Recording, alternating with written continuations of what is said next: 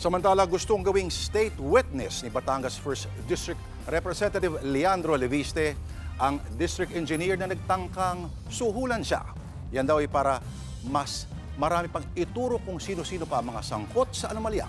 Nasa frontline na balita yan si Kari Cator. Formal nang naghain ng reklamo si Batangas 1st District Representative Leandro Leviste laban sa isang opisyal ng DPWH na umano'y nagtangkang suhulan siya.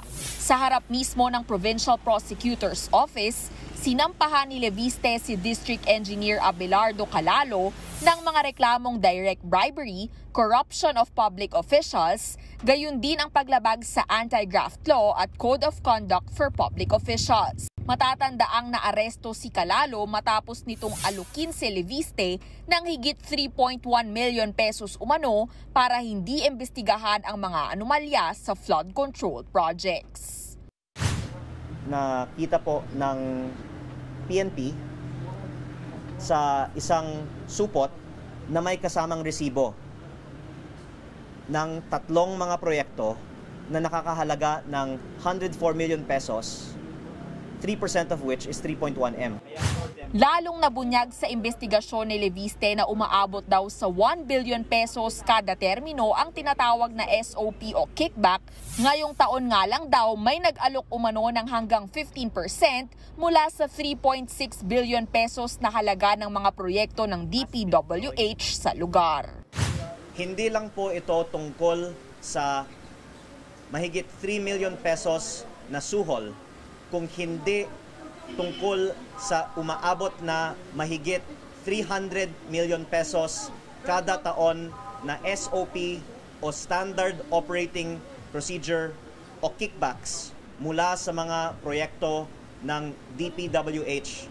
Pinipili lang daw ng congressman, hindi nagkakaroon ng tunay na mga bidding sa DPWH projects. Tumanggi si Leviste na pangalanan ang mga contractor sa likod ng anomalya pero hinikayat niya si Calalo na maging state witness para sa investigasyon. Giit pa ng mambabatas, hindi lang ito issue ng kanilang distrito kaya nanawagan din siyang busisiin ang proposed 880 billion peso budget ng DPWH para sa 2026. Samantala sa usapin naman ng mga ghost projects sa ibang rehiyon, ayon kay Representative Terry Ridon, chairman ng House Public Accounts Committee, dapat mapanagot kahit ang matataas na opisyal sa DPWH kung mapatunayang may kapabayaan. Ipinakita pa ni Ridon ang 60 million pesos na proyekto sa Baliwag, Bulacan, pinondohan pero hindi na ipatupad. Sims Construction ang contractor habang district engineer at regional director ang direktang nakatalaga. Kaya tanong ngayon, may pananagutan ba si DPWH Secretary Manuel Bunoan? Well, they'll have to establish my liability kung ano po ang nangyayari po doon. Nanindigan si Bunoan na wala siyang kinalaman at hindi raw siya tumatanggap ng lagay.